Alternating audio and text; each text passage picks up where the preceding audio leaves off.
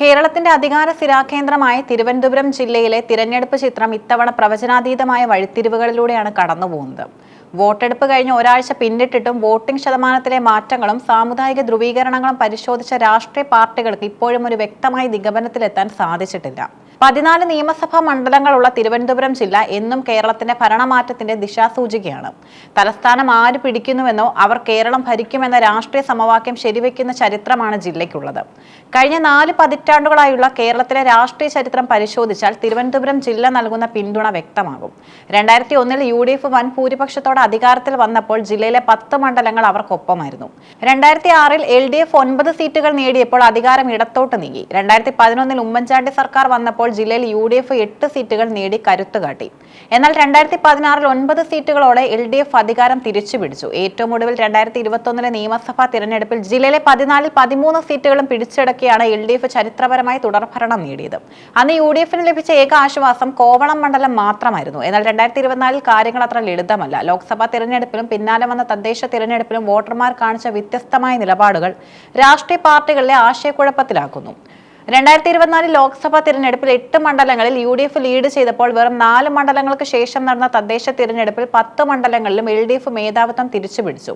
ഈ ചാഞ്ചാട്ടം നിയമസഭാ തിരഞ്ഞെടുപ്പിൽ ആരെ തുണയ്ക്കുമെന്നാണ് പ്രധാന ചോദ്യം. BJP പ്രധാന മണ്ഡലങ്ങളിലും തങ്ങളുടെ സാന്നിധ്യം ശക്തമാക്കിയതോടെ കേരളത്തിൽ യഥാർത്ഥ ത്രികോണ മത്സരം നടക്കുന്ന ജില്ലയായി തിരുവനന്തപുരം മാറി. പ്രധാനമായും 4 മണ്ഡലങ്ങളിലാണ് ഇത്തവണ പോരാട്ടം കടുത്തത്. കേരളത്തിൽ ആദ്യമായി BJP അക്കൗണ്ട് തുറന്ന മണ്ഡലമാണ് നേമം. 2016 O രാജഗോപാലിലൂടെ നേടിയ ആ വിജയം 2021 V ശിവൻകുട്ടിയിലൂടെ CPM തിരിച്ചുപിടിച്ചു. ഇത്തവണ V ശിവൻകുട്ടി തന്നെ പോരാട്ടത്തിൽ ഇറങ്ങിയപ്പോൾ BJP തങ്ങളുടെ ഉരുക്കുകോട്ട തിരിച്ചുപിടിക്കാനുള്ള ശ്രമത്തിലാണ്. വോട്ട് കണക്കുകൾ തങ്ങൾക്ക് അനുകൂലമാണെന്ന് ശിവൻകുട്ടി അവകാശപ്പെടുമ്പോഴും BJPക്കാവ് വലിയ അട്ടിമറി പ്രതീക്ഷിക്കുന്നു. IT മേഖല ഉൾപ്പെടുന്ന കഴക്കൂട്ടം മണ്ഡലത്തിൽ നിന്നും ശക്തമായ പോരാട്ടമാണ് നടക്കാറുള്ളത്. ഘടകംപള്ളി സുരേന്ദ്രന്റെ വികസന നേട്ടങ്ങളും BJPയുടെ ശക്തമായ സ്വാധീനവും തമ്മിലുള്ള പോരാട്ടമാണിവിടെ. ശബരിമല വിഷയം അടക്കമുള്ള വിശ്വാസ സംബന്ധമായ കാര്യങ്ങൾ ഇവിടെ വോട്ടായി മാറുമെന്ന് BJP കണക്കുകൂട്ടുന്നു.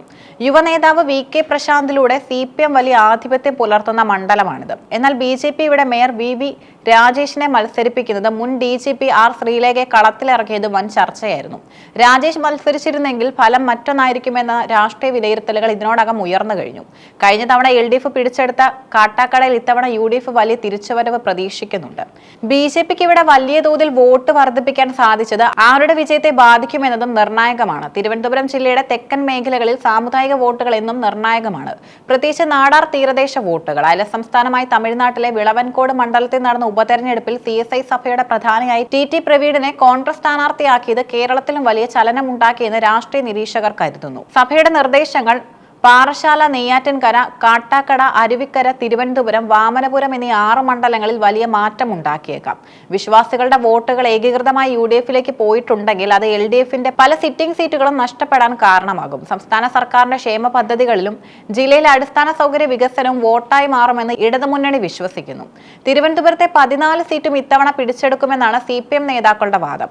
കോവളം മണ്ഡലം കൂടി M വിൻസെന്റിൽ നിന്നും പിടിച്ചെടുക്കാൻ കഴിഞ്ഞാൽ അത് ജില്ലയിലെ പൂർണ്ണ ആധിപത്യമാകുമെന്ന് അവർ കണക്കുകൂട്ടുന്നു.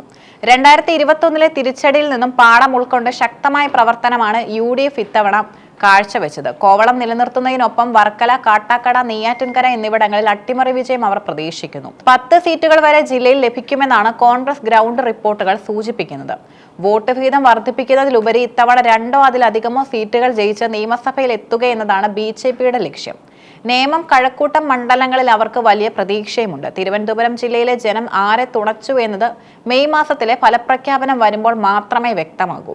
എന്നാൽ ഒരു കാര്യം ഉറപ്പാണ്, ഇത്തവണത്തെ മത്സരം രാഷ്ട്രീയ പോരാട്ടത്തിനപ്പുറം സാമുദായികമായും തന്ത്രപരവുമായ നീക്കങ്ങളുടെ ഫലം കൂടിയായിരിക്കും. 14 മണ്ഡലങ്ങളിൽ 8 കൂടുതൽ നേടുന്ന മുന്നണി കേരളത്തിന്റെ അധികാര കസേരയിലേക്ക് ഒരു പടി കൂടി അടുക്കും. ചരിത്രം ആവർത്തിക്കുമോ അതോ തിരുത്തി എഴുതുമോ എന്നറിയാൻ ഇനി ദിവസങ്ങൾ മാത്രമേ ബാക്കിയുള്ളൂ. കഴിഞ്ഞ തവണത്തെ ഏകപക്ഷീയമായ ഫലം ഇത്തവണ ഉണ്ടാകില്ലെന്നും മണ്ഡലങ്ങൾ 3 മുന്നണികൾക്കുമായി വിഭജിക്കപ്പെടാൻ സാധ്യതയുണ്ടെന്നുമാണ് ഗ്രൗണ്ട് റിയാലിറ്റി. വോട്ടർമാരുടെ നിശബ്ദത ആരെയാണ് അമ്പരപ്പിക്കാൻ പോകുന്നതെന്ന് അറിയാനുള്ള ആകാംക്ഷയിലാണ് രാഷ്ട്രീയ കേരളം.